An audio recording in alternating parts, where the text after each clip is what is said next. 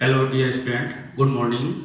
आज हम लोग पढ़ाई करेंगे सेकेंड ऑर्डर के डिटर्मिनेंट पर आधारित कुछ क्वेश्चंस। ठीक है।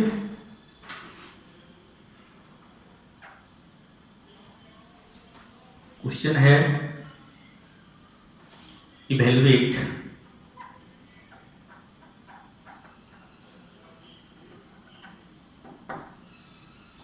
Evaluate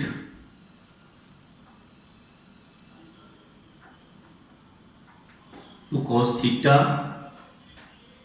minus 2 sin theta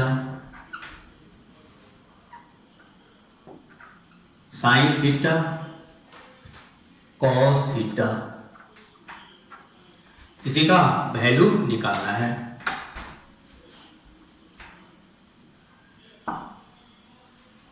second order का डिटर्मिनेंट है, इसको डेल्टा मान लीजिए। डेल्टा लिखेंगे 2 cos theta minus 2 sin theta sin theta cos theta. अब आपको जैसा बताया गया है इसका वैल्यू कैसे निकालेंगे। प्रिंसिपल डायगोनल पर जो एलिमेंट है उसको मल्टीप्लाई कर देंगे। 2 cos theta into cos theta 2 cos square theta minus secondary diagonal पर जो एलिमेंट है उनको मल्टीप्लाई कर दीजिए। 2 sin square theta minus 2 sin theta तो हो जाएगा माइनस 2 sin स्क्वायर थीटा। अब माइनस माइनस प्लस 2 कॉमन ले लीजिए, cos square theta plus sin square theta हो जाता है 2 इंटू 1, वैल्यू हो गया 2। यही हमारा आंसर हो जाता है। ठीक है। अब अगला क्वेश्चन है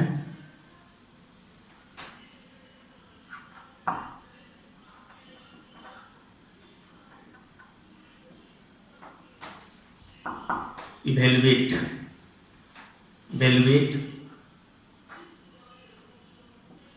x square minus x plus 1 x minus 1 x plus 1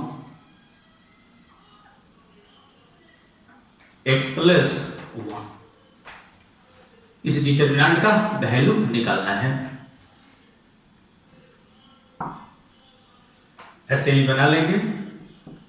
second order का डिटर्मिनेंट डेल्टा है x square minus x plus 1 x minus 1 x plus 1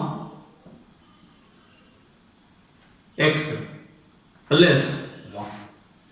अब यहां देखिए इसका वैल्यू हो जाएगा, ये प्रिंसिपल डायगोनल है तो इसको गुना कर दीजिएगा और सेकेंडरी डायगोनल के एलिमेंट को मल्टीप्लाई करके सब्ट्रैक्ट कर लेंगे।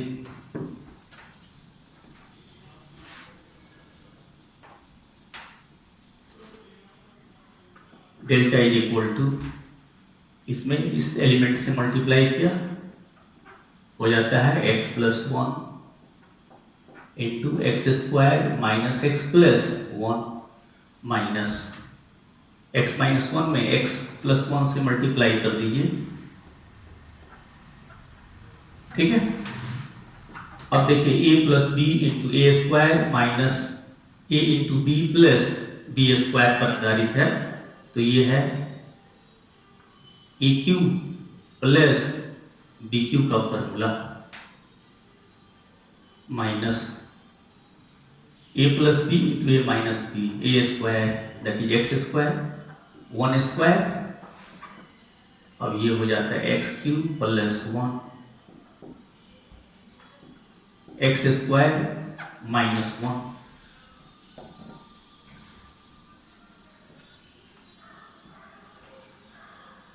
X cube plus 1 minus X square minus minus plus 1 हो जाता है।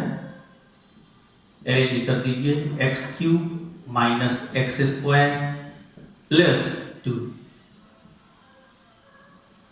सेकेंड ऑर्डर के डिटर्मिनेंट का वैल्यू ऐसे निकल जाता है। ठीक है। अगला क्वेश्चन है, ये सेकेंड ऑर्डर का डिटर्मिनेंट है, cos 65 degree sin 65 degree sin 25 degree cos 25 degree. इस डिटर्मिनेंट का वैल्यू निकालना है, तो लिखते हैं डेल्टा बराबर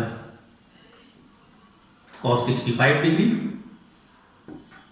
sin 65 degree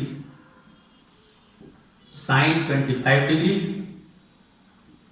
cos 25 degree.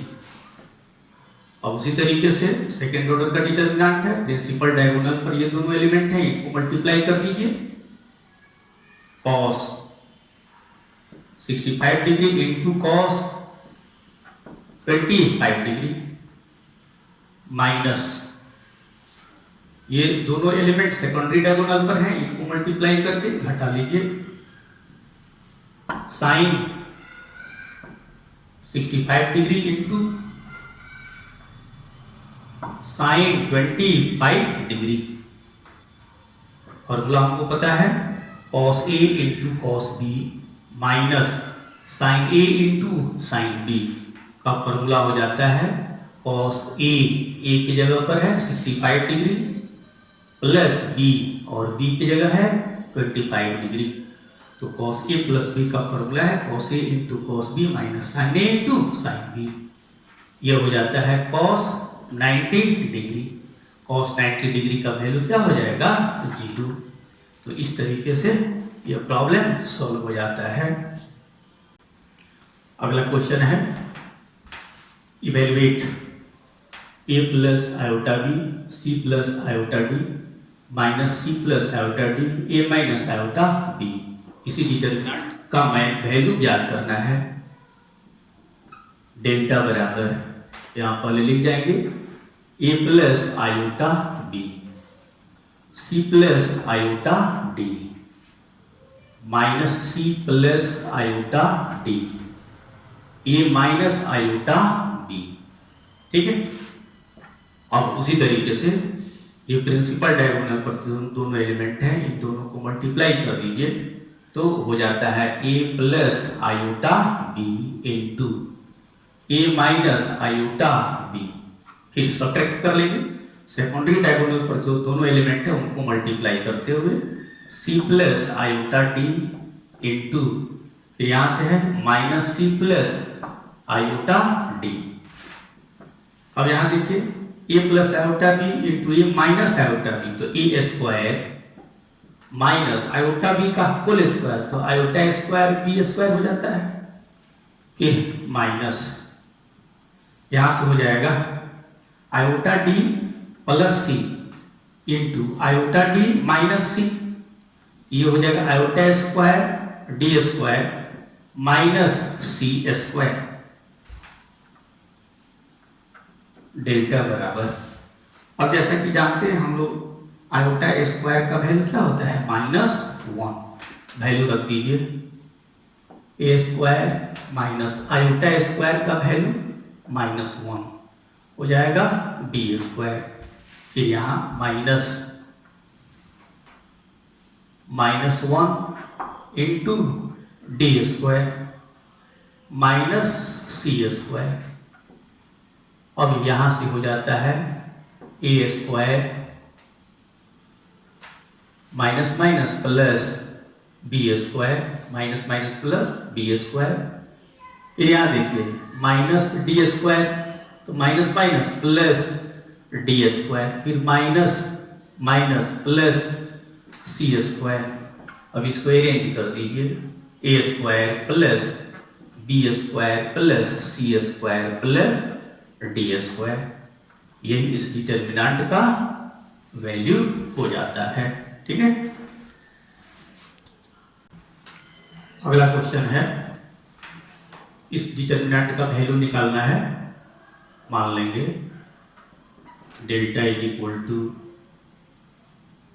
√6 √5 √20 √24 second order का डिटर्मिनेंट है।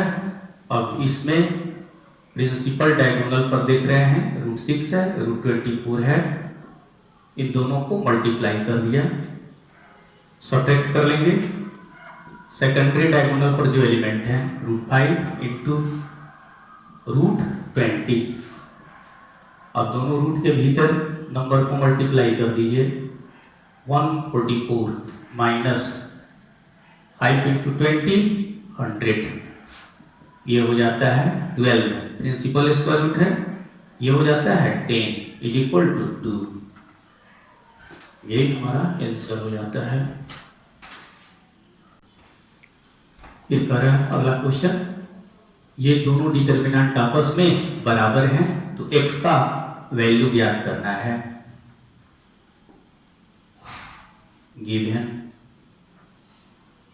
3x 7 माइनस 2 4, 8 7 6 4, ये दोनों डिटर्मिनेंट आपस में बराबर हैं।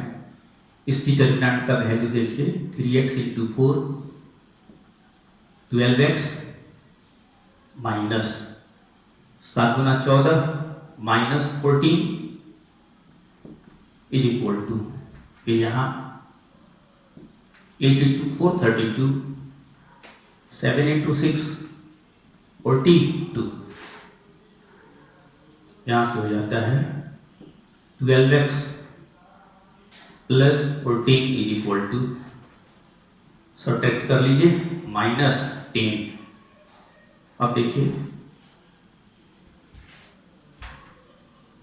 12x is equal to 14 right side में आएगा, सब्ट्रैक्ट कर लेंगे माइनस 24, और इसीलिए x is equal to minus 24/12, that is minus 2। अगला क्वेश्चन है, एक मैट्रिक्स दिया हुआ है 3 4 1 2, ये स्क्वायर मैट्रिक्स है, सेकेंड ऑर्डर का स्क्वायर मैट्रिक्स है। तो कह रहा है इसके डिटर्मिनेंट का 3 गुना निकालना है, 3 टाइम्स निकालना है। तो ये है 3 4 1 2, सेकेंड ऑर्डर का स्क्वायर मैट्रिक्स है। तो पहले इसका डिटर्मिनेंट निकाल लीजिए, मैट्रिक्स का जो साइन है उसको हटा देंगे, डिटर्मिनेंट का साइन यहाँ पर लगा देंगे।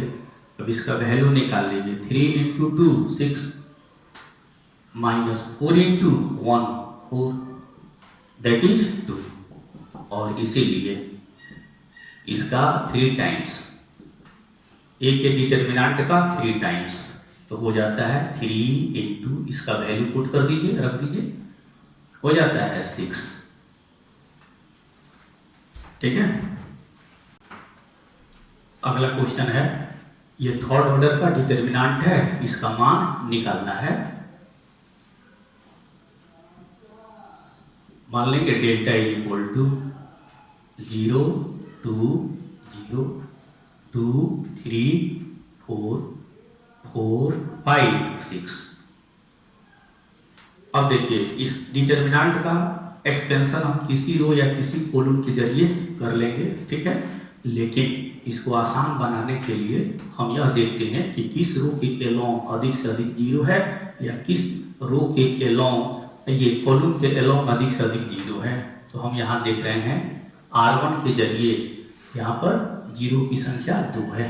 तो R1 पर 2 एलिमेंट ऐसे हैं जो कि 0 के बराबर हैं, अतः इसी के एलोंग विस्तार करेंगे तो ये प्रॉब्लम हमारा बहुत आसानी से बन जाएगा। तो लिखेंगे expanding the determinant along R1 के जरिए इसका विस्तार करने पर, तब देखिए यहां लिखेंगे 0 इंटू, इसको गैप किया इस डिटर्मिनेंट को, तो 0 में इस डिटर्मिनेंट से मल्टीप्लाई करेंगे, क्या हो जाएगा 0। अतः इस पहले टर्म को लिखने की जरूरत नहीं है, साइन हो जाएगा प्लस माइनस प्लस। तो इसको लिख करके डिटर्मिनेंट से गुना करेंगे, 0 गैप किया, फिर यहाँ उसको छोड़ते हुए -2 इंटू ये गैप, ये हो जाता है 2 4 4 6। फिर यहाँ प्लस 0 इंटू डिटर्मिनांट, तो वो भी वैल्यू क्या हो जाएगा, 0 हो जाएगा। अतः उन दोनों टर्म को लिखने से कोई फायदा नहीं है। फिर समझ लीजिए 0 इंटू डिटर्मिनांट 0 हो गया, फिर -2 ये गया, ये डिटर्मिनांट हो गया 2 4 4 6, और फिर 0 इंटू डिटर्मिनांट 2 3 4 5, तो वो 0 हो गया, इतना बच गया। अब यहीं से लिख सकते हैं आप -2 2 इंटू 6 12 माइनस 4 इंटू 4 16, अतः डेल्टा इक्वल टू हो जाता है -2 इंटू 12 में से 16 सब्ट्रैक्ट कर लीजिएगा -4, डेल्टा इक्वल टू हो गया कितना, +8। अगला क्वेश्चन है इवेलुएट, ये थर्ड ऑर्डर का डिटर्मिनेंट निकालना है, इसका वैल्यू निकालना है थर्ड ऑर्डर के डिटर्मिनेंट का। तो लिखेंगे delta equal to A X Y 0 B Z 0 0 C. अब हम ये देख रहे हैं कि पहला कॉलम और तीसरा रो के एलोंग अधिक से अधिक 2 जीरो है, यहाँ भी 0 यहाँ भी 0, पहला कॉलम के एलोंग या तीसरा कॉलम के एलोंग 2 जीरो है।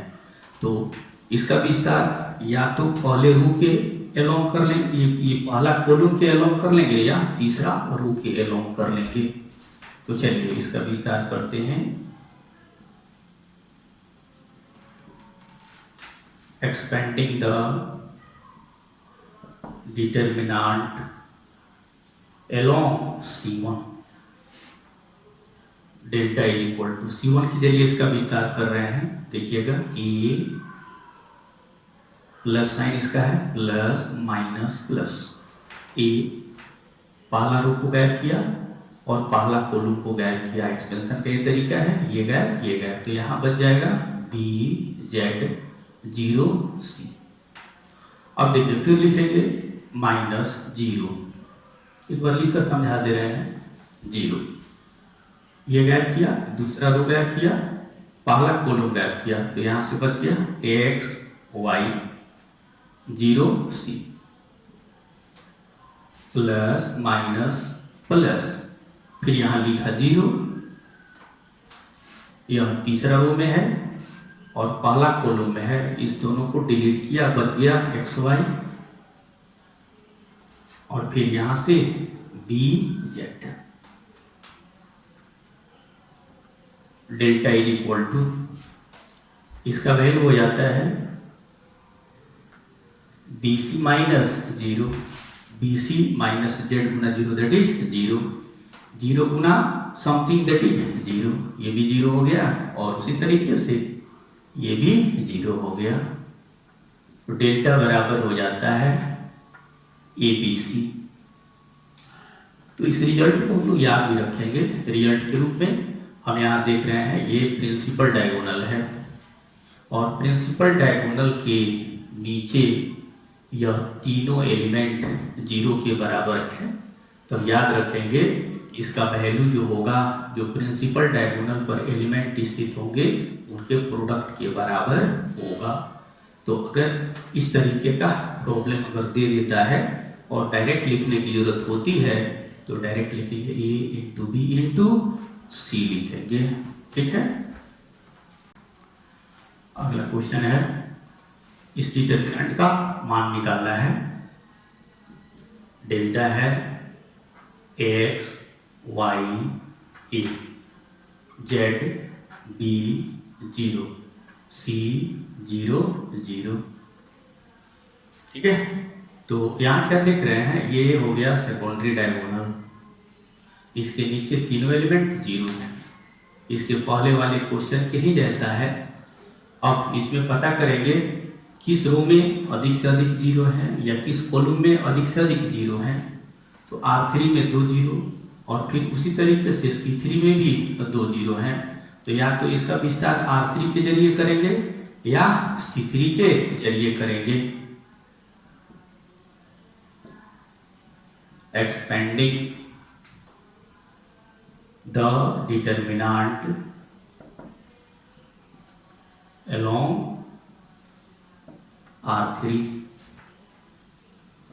डेल्टा बराबर लिखेंगे प्लस माइनस प्लस सी इंटू, प्लस कर दिया, तीसरा रो को डिलीट किया, पहला कोलोन को डिलीट किया, वाई ए, फिर बी 0। अब देखिए 0 इंटू समथिंग, ये भी 0 मिल गया, फिर इसके बाद माइनस 0 गुने समथिंग, फिर प्लस 0 गुने सम डिटरमिनेंट, ये दोनों टर्म क्या हो जाएगा, 0 हो जाएगा। Delta is equal to C Y गुना 0 0 minus A into B, delta बराबर हो जाता है C into minus A B, delta is equal to minus A B C. तो यहाँ पे हम ये देख रहे हैं, ये हो गया सेकेंडरी डायगोनल, और इस सेकेंडरी डायगोनल के नीचे तीनों एलिमेंट क्या है, 0 है। तब इस डिटरमिनेंट का value a into B into C, और यहाँ माइनस साइन रख देंगे, माइनस ए बी सी हो जाता है। तो इस तरीके से इसका वैल्यू हम लोग याद कर लेते हैं। अब यहाँ कुछ इम्पोर्टेंट रिजल्ट को याद रखेंगे। जैसे मान लेते हैं प्रिंसिपल डायगोनल पर हो जाए ए बी सी, और उसके ऊपर तीनों एलिमेंट 0 हो जाए, ठीक है।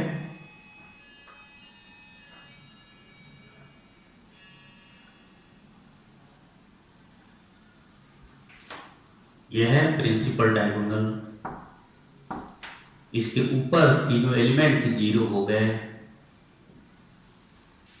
इसके नीचे x y z, इसमें एलिमेंट 0 हो भी सकते हैं, नहीं भी हो सकते हैं। तो इस डिटरमिनेंट का वैल्यू हो जाता है ए बी सी, जो प्रिंसिपल डायगोनल पर एलिमेंट होंगे उनको मल्टीप्लाई कर देते हैं।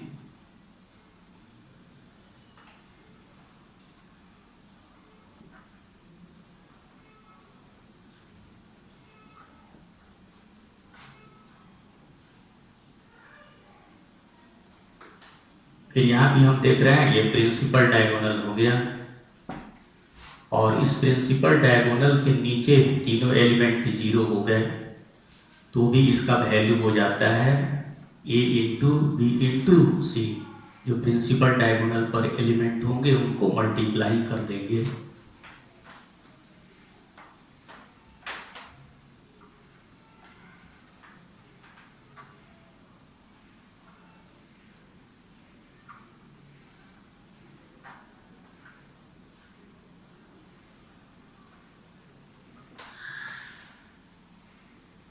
ये प्रिंसिपल डायगोनल हो गया, और इसके नीचे भी तीनों एलिमेंट 0 हो गए, ऊपर भी तीनों एलिमेंट 0 हो गए।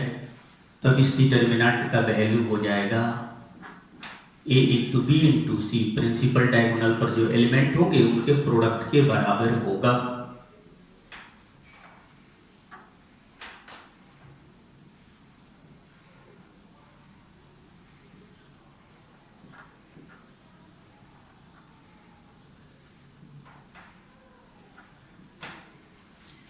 अब यहां देख रहे हैं ये सेकेंडरी डायगोनल है,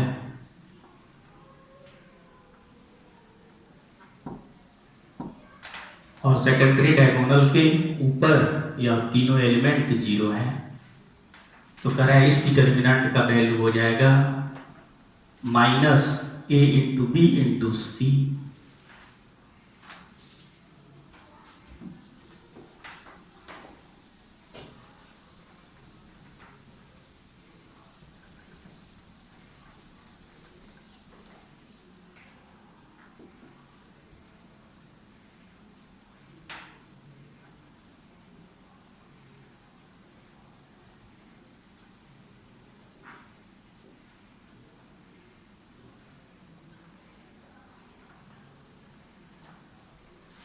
सेकेंडरी डायगोनल के नीचे तीनों एलिमेंट 0 हो जाए, तो इसका वैल्यू हो जाता है -ABC।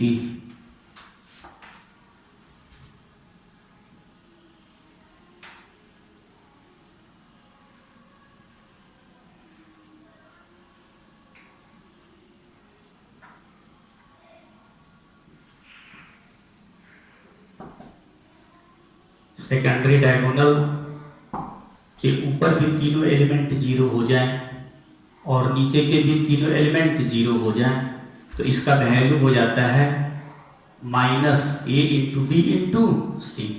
तो इस तरीके से हम यह प्राप्त करते हैं कि थर्ड ऑर्डर का अगर कोई डिटर्मिनेंट है जिसके प्रिंसिपल डायगोनल के ऊपर तीनों एलिमेंट जीरो हो जाए या नीचे तीनों एलिमेंट जीरो हो जाए या दोनों साइड में सारे एलिमेंट जीरो हो जाए, तो इस डिटर्मिनेंट का वैल्यू बराबर होता है जो प्रिंसिपल डायगोनल पर एलिमेंट होते हैं उनके प्रोडक्ट के बराबर। और फिर अगर थर्ड ऑर्डर के डिटर्मिनेंट में सेकेंडरी डायगोनल के ऊपर तीनों एलिमेंट जीरो हो जाए या नीचे तीनों एलिमेंट जीरो हो जाए या ऊपर और नीचे दोनों साइड के सभी एलिमेंट जीरो हो जाए, तब उस डिटर्मिनेंट का वैल्यू बराबर हो जाता है negative of the product of elements on secondary diagonals. जो भी सेकेंडरी डायगोनल पर एलिमेंट होते हैं उनके प्रोडक्ट में -1 से मल्टीप्लाई कर देते हैं, वो उसका वैल्यू हो जाता है। ठीक है, तो इसको याद रखिएगा, इन 6 रिजल्ट को आपको याद रखना है। अगला क्वेश्चन है, ये 3x3 ऑर्डर का एक स्क्वायर मैट्रिक्स ये दिया हुआ है, सो दैट दिखावे कि 3A का जो डिटर्मिनेंट होगा वह A के डिटर्मिनेंट का 27 गुना होगा।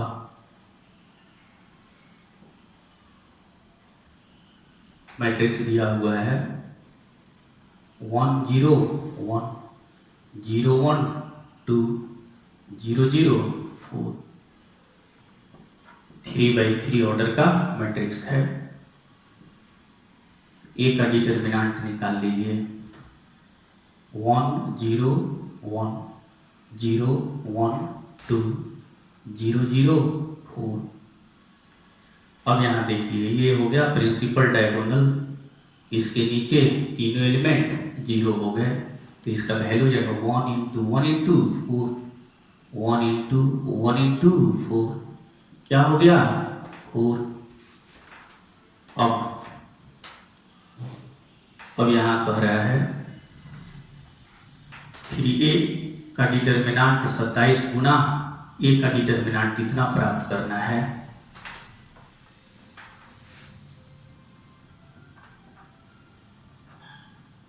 अब निकाल लीजिए 27 × determinant of A।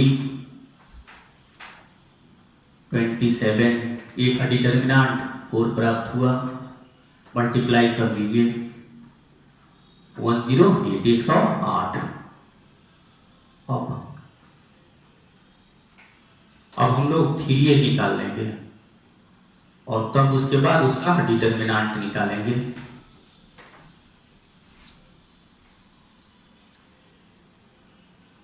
Three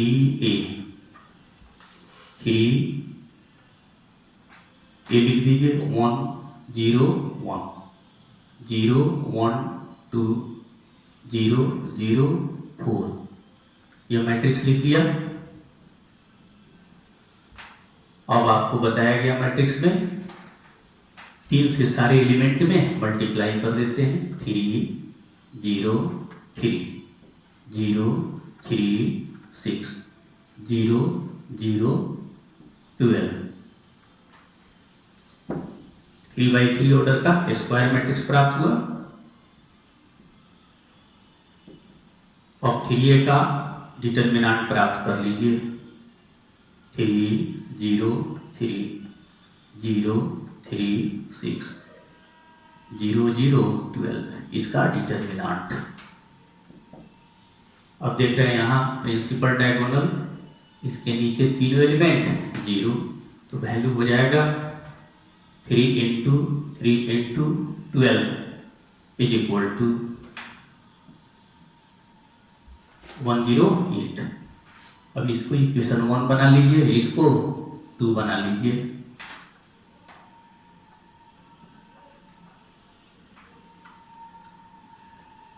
from 1 and 2, एक और 2 से।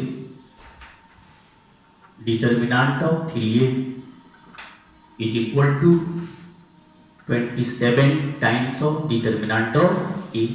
3a का जो डिटर्मिनेंट होगा वह a के डिटर्मिनेंट का 27 गुना होगा, और यही हमको सिद्ध कर देना था। ठीक है, अगला क्वेश्चन है, A is a 2x2 matrix such that determinant of A is equal to 5. Find the value of determinant of 4A.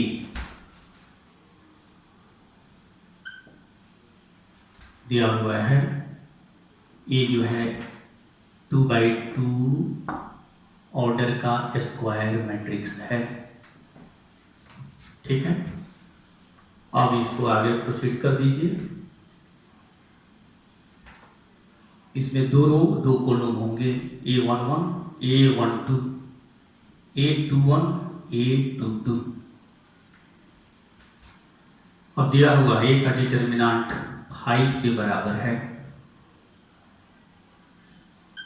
दिया हुआ है determinant of A is equal to 5। Determinant of A, इसका determinant A11, A12, A21, A22 is equal to 5। Multiply कर दीजिए, A11 A22 minus A12 A21, इसका value क्या हो गया 5। इक्वेशन 1 लगा दीजिए।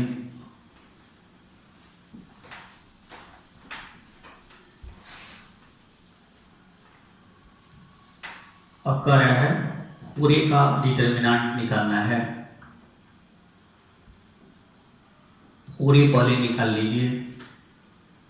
4 मैट्रिक्स ए हो जाता है A11, A12, A21, A22।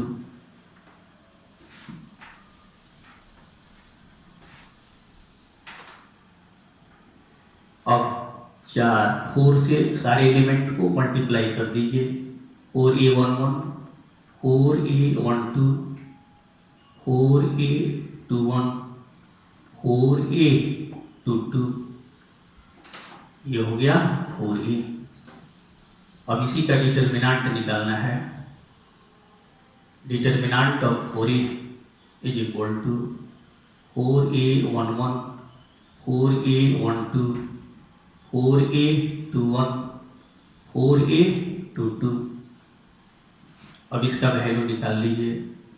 4 into 4 16, A11 into A22 minus फिर 4 इंटू 4 16, और यहाँ से हो जाता है A12 इंटू A21। 16 कॉमन ले लीजिए। A11 into A22 minus A12 into A21।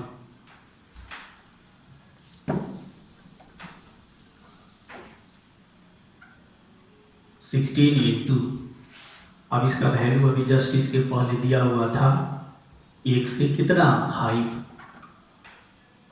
हो जाता है 80। इस तरीके से इसको हम बना लेते हैं।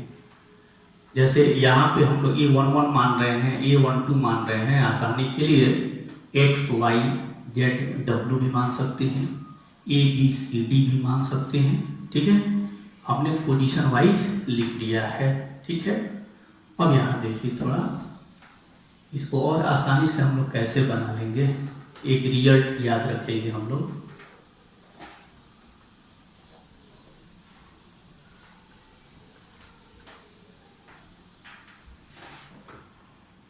Note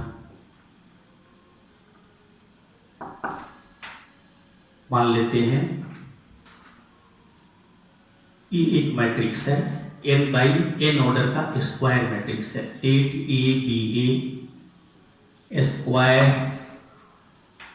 matrix of order n by n, matrix square matrix of order n by n order का स्क्वायर मैट्रिक्स है। देन तो ये मैट्रिक्स के गुना का डिटरमिनेंट बराबर हो जाता है, ठीक है, k to the power n into determinant of A के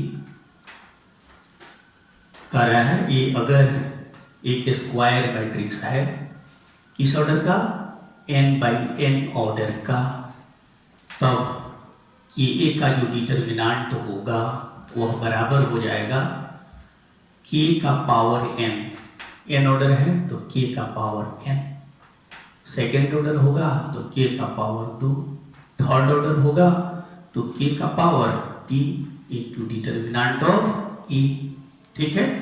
डिटरमिनेंट की प्रॉपर्टी पढ़ेंगे उसमें इसका हम लोग प्रूफ देख लेंगे, ठीक है।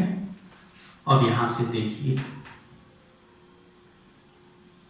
जैसे अभी एक प्रॉब्लम आपका था, ये जो है वह 2/2 मैट्रिक्स है। ये क्या है, 2/2 मैट्रिक्स है और उसका डिटरमिनेंट 5 के बराबर दिया हुआ है। तब यहाँ से कह रहा है कि 4a का डिटरमिनेंट कितने के बराबर होगा। तो 2/2 ऑर्डर है तो यहाँ पे n की जगह क्या है 2 है और k की जगह 4 है तो हो जाएगा 4, और यहाँ n की जगह क्या है 2 है तो हो जाएगा यहाँ 2 इंटू डिटरमिनेंट ऑफ e,